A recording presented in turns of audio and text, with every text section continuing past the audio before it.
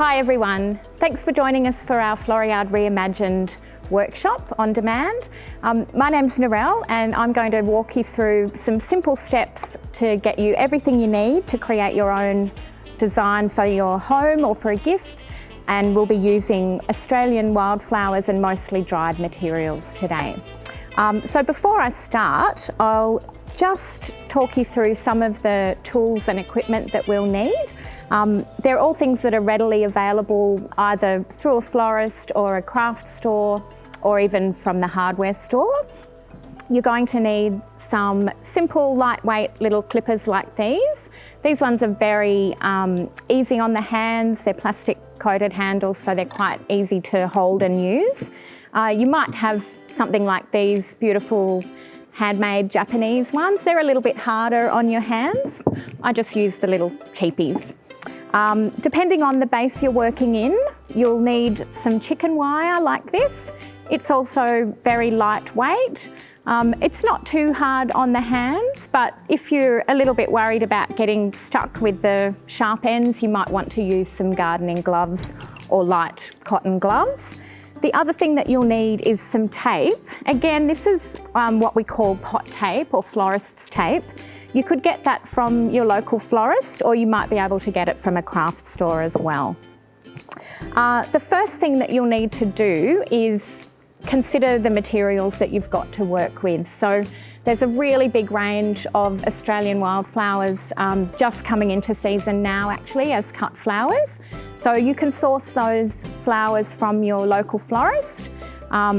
Things like Banksias, these filler materials like yellow bells, paper daisies, kangaroo paws, wax flower. There's a whole range of different Australian wildflowers, and many of them actually dry really well just yourself at home, hanging them upside down in a fairly dry, warm area. They'll dry really successfully and they keep their colour and they'll keep their structure. So those are the important elements, I guess, that we have to work with when we're creating something.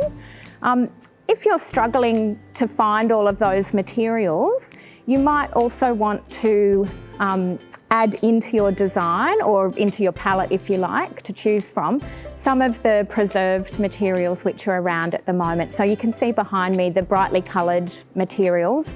They're preserved and dyed flowers. Some of them are hydrangeas or foliages which have been dyed, and that's a really good way to just add in a little bit of colour if you want to add something to your colour palette or you need to lift it a little bit. So the dried and preserved flowers are really fashionable at the moment in design and homewares. It's a really trendy thing to have a full dried preserved design. For our wildflower designs, we might consider using slightly chunkier, bulkier materials just to make it a little more sculptural. That suits my style a little bit more, and it allows us to use some of the really structural elements like these quite chunky branches and cones, you know, really sort of heavy materials. The next thing that you'll need to do is choose a base to work in. So also around behind me there's a couple of different types of bases you might choose. The main consideration will be a large enough opening to take all of the materials that you want to pack in there. Restraint obviously is a hard thing to manage when you've got such a beautiful range of materials, but you do need to be able to physically fit everything in. So you can find a beautiful vessel. If it only has a narrow mouth, it won't work for your design today. The other thing to avoid would be a clear or a glass vessel. It can get quite messy in here. You can imagine all of the dried stems trying to feed in together, plus the chicken wire. So something that we can't see through like a solid base works really well. And finally, when you're thinking about your base, something that's very heavy and stable also is really important. It would be a shame to get the whole design made and then to find that it didn't have that physical stability. So I've chosen today quite a heavy based ceramic cement style pot, because I know that's going to be really foolproof and it will hold everything and it will stay stable. So let's go ahead and start on the mechanics. So when I mention mechanics in the base, I'm just wanting to put something in there, a little bit of structure that will help to hold all of the stems together. For that today, I'm going to use a couple of layers of this chicken wire, and it's just a really easy trim across there, and I'll fold it into just 2 layers will be enough, and just taking care to fold over those little sharp ends, which also have the added bonus of holding it together. And if we just squish it in there, not with too much force, because I want to be able to access that lower layer. And just to secure that in, it's going to need a little wrap of the tape. I'm taking extra care to get that really tightly secured because I don't want to have to run the tape all the way down. That then becomes an issue that I have to cover over. So the closer up here I can keep it, the easier it is to disguise. And that tape just tears with your fingers. So if we can make a really nice sturdy base, something that's very solid and very stable, the rest of our task is a lot easier. So that's done. I'm going to throw these away.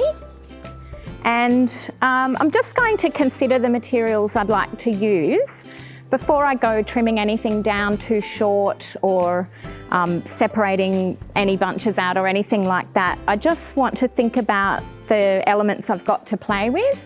I really love these fully dried Banksia branches. They've got such nice curls and structure at the top. So I'm thinking that would be really good for setting the height. One of the first design choices we need to make is the size of the whole shape we're working with. So if I can choose something like that and set the height, then I'll be well on my way. And again, I'm just keeping in mind the physical balance that I've got to work with. So there's a little bit of movement there you can see, but once I start to add materials in, whoops, they'll actually settle pretty neatly. And this one I think I'll send out the side. So it's not going to be a symmetrical, perfectly equal design. It's going to be a little bit asymmetrical with the line that we're creating, but that's leaving me a lot of space there for some really nice structural, sculptural materials. So now that I've set the height and the side, I'm just going to repeat that a little bit with another line. And the trick's going to be getting it to sit. But that's what I've done there, just repeating the line. And again, using some really beautiful dry materials. These billy buttons also are a great dried Australian wildflower. They grow really successfully in Canberra. I've got some growing at home and they dry really well. So you can use them fresh, you can go ahead and dry them and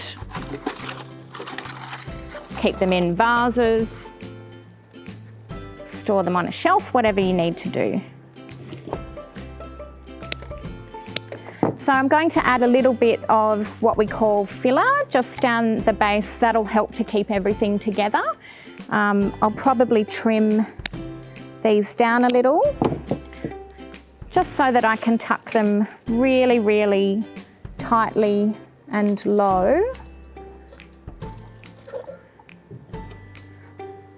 It's going to help stabilise the whole design.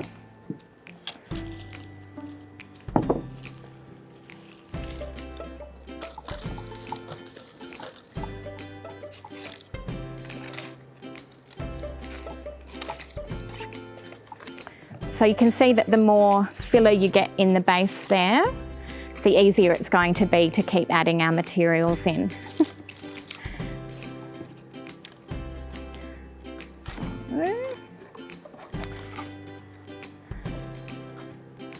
These yellow bells, which are also an Australian native, they will, as they dry, shrink a little bit, their flower heads, and they'll drop a little. So as much as I'd love to use them as a big branching piece like that, I'm actually going to trim them down and put them in as a fairly compact placement as well.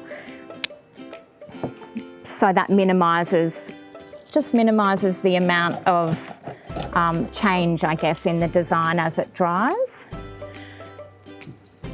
They're really great for adding a nice injection of colour in there. That one keeps wanting to turn.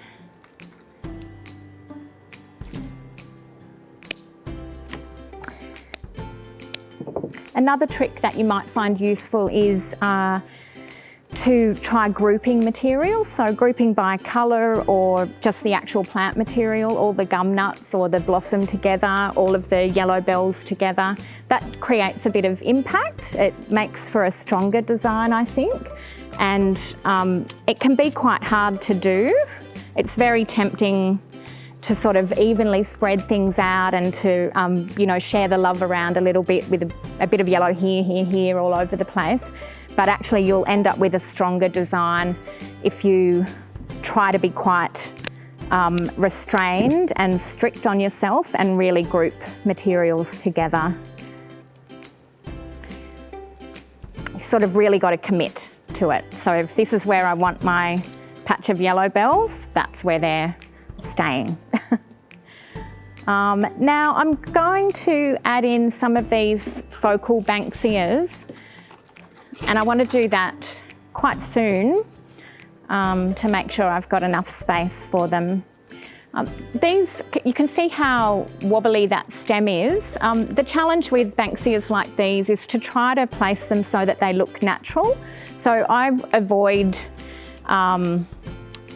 sort of having them too branchy. They actually grow vertically like that. So if we can aim for that kind of a habit, when we put them in, they'll appear much more natural.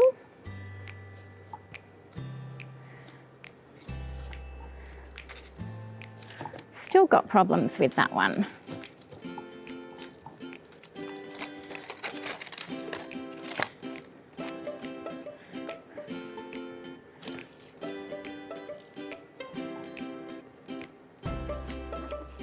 So we will get to a point where all of the stems will be supporting each other, which will be a great place to arrive at.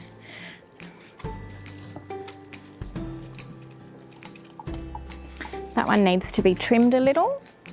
If you've got really thick stems like this, you might need some heavier garden clippers, but it just takes a little bit of pressure.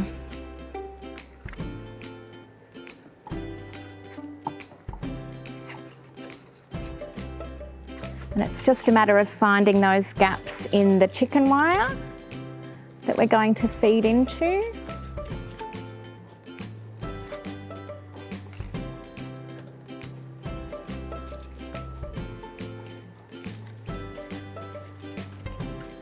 So it takes a little bit of fishing around just to find a neat spot to secure it and to find a placement that you're happy with as well.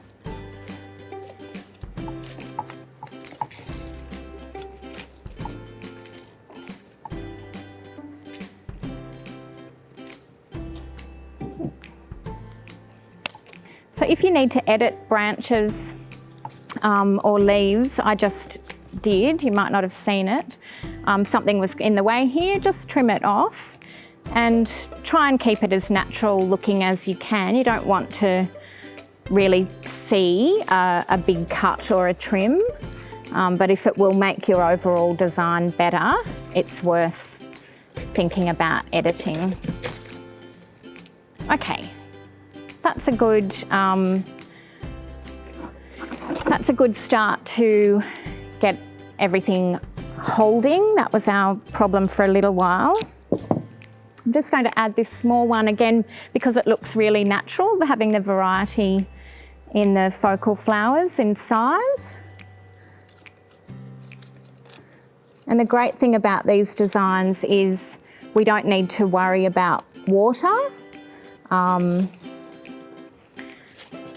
You can just go ahead and create, and it will dry as you're working. Anyone who's been to any other workshops I've given knows that if there's water involved, I always end up spilling it in front of everyone. So I'm quite pleased that today is a nice dried design.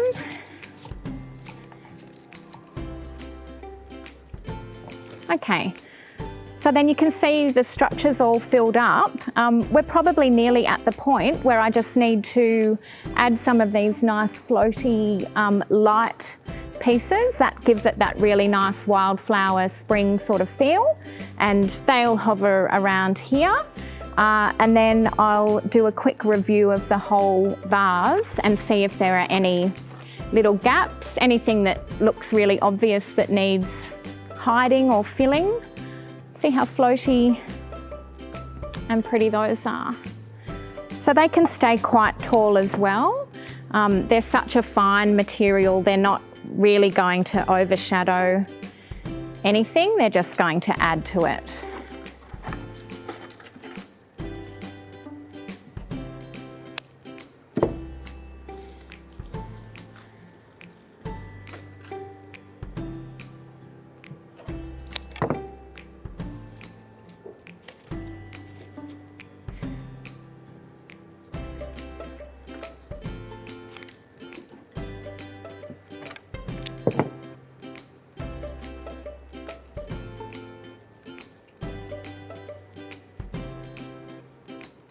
So again, just notice how I've tried to keep them as a group. So I've got quite a strong group of Banksias, a strong group of the yellow bells, and now a strong group even of this lighter material. I've still kept it together rather than spread it out through the whole design. So now I'm going to check if I've got, I don't know if we can see there, you can see a little bit of the tape. That's something I definitely would want to cover and avoid sort of having right in the front of a design. So it's good to have a few materials which will specifically perform that role. So I've got some of this fine preserved fern, and because it naturally cascades down, it's going to do a really good job just hiding those little bits of mechanics that we don't want anyone to see. So ideally we want it to look like it's completely effortless and we've just thrown a few materials into a vase or a pot.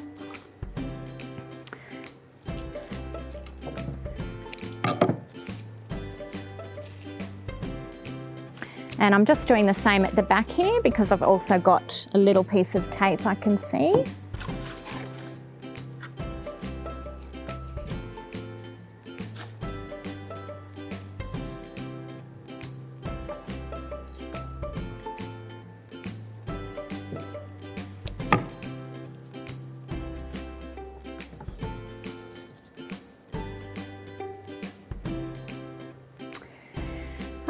And then there's one final thing I would like to add in here, which is these beautiful yellow billy buttons. They just add a little bit of interesting structure, great line, little pop of colour. So it would be nice to find a spot for those. Again, I'll try to avoid the temptation to just have them exploding out. We'll try and keep it a little bit restrained, even though they're sort of like the party element of floristry. It'd be good to keep them in check just so that they don't disperse the whole design.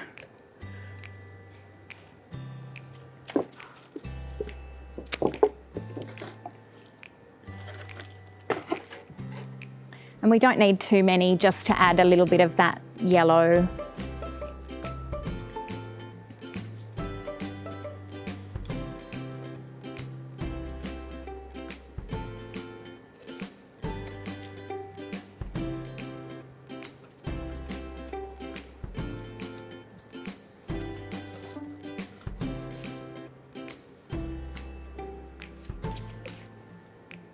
Okay, so I'll just do a quick final review to make sure everything's sitting more or less where I intended it to be.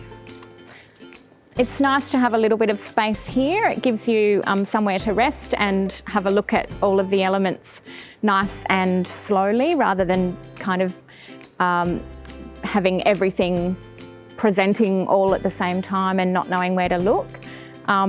And it's nice having quite a bit of height in this design as well.